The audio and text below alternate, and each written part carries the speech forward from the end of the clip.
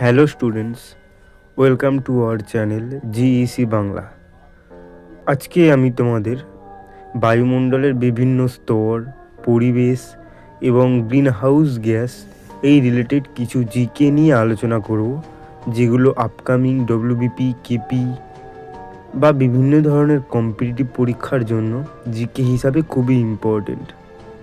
তো দেখো, first question আমাদের আছে, বায়ুমণ্ডলের যে স্তরটিকে বলা হয় শান্তমণ্ডল সেটি হলো option A troposphere, thermosphere, stratosphere, নাকি কোনোটিই নয়। এখানে রাইট অ্যান্সার হবে অপশান সি অর্থাৎ স্ট্র্যাটোস্ফিয়ার।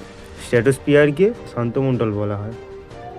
কোশ্চেন নাম্বার 2 দেখো, বায়ুমণ্ডলের ওজোন স্তর যে রশ্মিকে শোষণ করে সেটি হলো আলোক, তাপ, অতিবেগুনি না গামা? কোন রশ্মিকে বায়ুমণ্ডলের ওজোন স্তর শোষণ করে?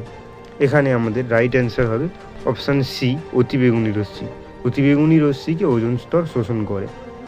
নেক্সট কোশ্চেন নাম্বার 3, বায়ুমণ্ডলের ওজোন স্তর বিনাশে সবচেয়ে বেশি দায়ী হলো নাইট্রাস অক্সাইড, মিথেন, হ্যালোন, নাকি কোনোটি নয়? এখানে অপশান এ অর্থাৎ নাইট্রাস অক্সাইড হবে রাইট অ্যান্সার।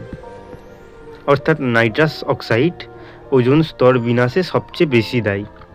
বন্ধুরা, আমাদের একটা টেলিগ্রাম চ্যানেল আছে, সেই টেলিগ্রাম চ্যানেলে আজকে করানো প্রত্যেকটা কোশ্চেন থাকবে ওই পিডিএফটাতে। তোমরা পিডিএফটা ডাউনলোড করতে আমাদের টেলিগ্রাম চ্যানেলে যুক্ত হয়ে যেতে পারো। টেলিগ্রাম চ্যানেলের লিঙ্ক আমি ডেসক্রিপশন বক্সে দিয়ে দেবো। নেক্সট কোশ্চেন নাম্বার 4 বলছে, বিশ্ব উষ্ণায়নে কার্বন ডাই অক্সাইডের অবদান কত? 10%, 50%, 30% না 80%? তো আমরা জানি যে কার্বন ডাই অক্সাইডের অবদান সবচেয়ে বেশি বিশ্ব উষ্ণায়নের ক্ষেত্রে। সো এখানে রাইট অ্যান্সার হবে 50%, অর্থাৎ প্রায় 50% অবদান বিশ্ব উষ্ণায়নে কার্বন ডাই অক্সাইডের। ওকে, নেক্সট কোশ্চেন নাম্বার 5, স্টোন ক্যান্সারের কারণ কি? গ্লোবাল ওয়ার্মিং, ওজোন গহ্বর, অম্লবৃষ্টি, নাকি কোনোটি না? এখানে অপশান সি অর্থাৎ অম্লবৃষ্টি হচ্ছে স্টোন ক্যান্সারের কারণ। নেক্সট কোশ্চেন নাম্বার 6 বলছে, প্রাকৃতিক সৌরপর্দা কাকে বলা হয়? অপশান এ ওজোন স্তর, অক্সিজেন, আর্গন, না নাইট্রোজেন? আমাদের ওজোন স্তর অর্থাৎ অপশান এ হলো রাইট অ্যান্সার। ওজোন স্তরকে প্রাকৃতিক সৌরপর্দা বলা হয়। নেক্সট কোশ্চেন নাম্বার 7, বায়ুমণ্ডলের ওজোন স্তরের পরিমাপের জন্য কোন একক ব্যবহার করা হয়? ডেসিবেল, ডাইন, হার্জ, ডপসন? এখানে ডপসন হবে রাইট অ্যান্সার, কারণ ডেসিবেল হচ্ছে শব্দের মাত্রা, ডাইন হচ্ছে বলের একক, আর হার্জ হচ্ছে ফ্রিকোয়েন্সি বা কম্পাঙ্কের একক। সো অপশান ডি ডপসন হচ্ছে right answer. Next question number 8 বলছে, উচ্চতা বৃদ্ধির সাথে সাথে বায়ুচাপের কি পরিবর্তন হয়? হ্রাস পায়, বৃদ্ধি পায়, একই থাকে, না কমে যায়? কোনোটিই নয়।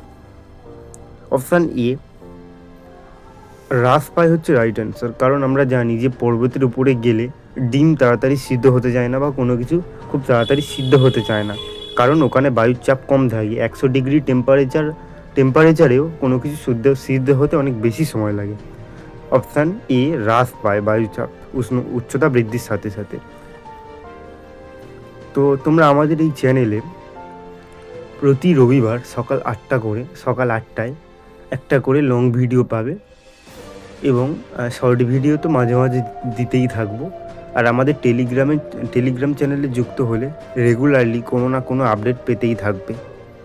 ওকে, নেক্সট কোশ্চেন নাম্বার 9 বলছি, ট্রপোস্ফিয়ার ও স্ট্র্যাটোস্ফিয়ার স্তরের মধ্যবর্তী স্তরকে কি বলা হয়? ট্রপোপজ, মেসোপজ, স্ট্র্যাটোপজ, কোনোটি নয়। দেখো, ট্রপোস্ফিয়ার আর স্ট্র্যাটোস্ফিয়ার, ট্রপোস্ফিয়ারের উপরে, তার মানে ট্রপোপজ, অর্থাৎ option A right answer, tropopause বলা হয়। নেক্সট কোশ্চেন নাম্বার 10 দেখো, বলেছে সূর্য থেকে পৃথিবীতে আলো আসে যে পদ্ধতিতে? আমরা জানি কি সূর্য থেকে পৃথিবীতে বিকিরণ পদ্ধতিতে আলো আসে, অর্থাৎ অপশান সি রাইট অ্যান্সার। ওকে, আজকে আমাদের এই 10টা কোশ্চেন ছিল। নেক্সট সানডে আমি আবারও এই টপিকস থেকে পার্ট 2 হিসাবে আরও বেশি কোশ্চেন আনার চেষ্টা করব। ভিডিওটা সম্পূর্ণ দেখার জন্য অসংখ্য ধন্যবাদ। সাবস্ক্রাইব করে দেবে চ্যানেলটাকে, আর বন্ধুদের মধ্যে অবশ্যই চ্যানেলটা শেয়ার করে দিও। Thank you.